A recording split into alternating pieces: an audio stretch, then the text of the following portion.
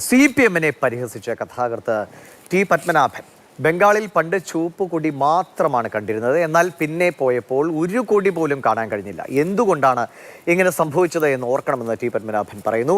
കേരളത്തിലെ ഹോട്ടലുകളിൽ മുഴുവൻ ജോലി ചെയ്യുന്നത് ബംഗാളികളാണ്. ഇതിനേക്കാൾ വലിയ വീഴ്ച ഈ പ്രസ്ഥാനത്തിന് ഉണ്ടായിട്ടുണ്ടോ എന്നും അദ്ദേഹം പരിഹസിക്കുന്നു. രസകരമായ കാഴ്ചയാണ് അന്ന് ഞാൻ റോഡിൻ്റെ ഇരുവശത്തും കണ്ടത്. ചുവപ്പിൻ്റെ ഒരു ലാഞ്ചന ഒരു ദിക്കിലുമില്ല. മുഴുവൻ മമതാ ബാനർജി മാത്രമായിരുന്നു. ഒരു നിലത്തെഴുത്തില്ല, ചുമരെഴുത്തില്ല.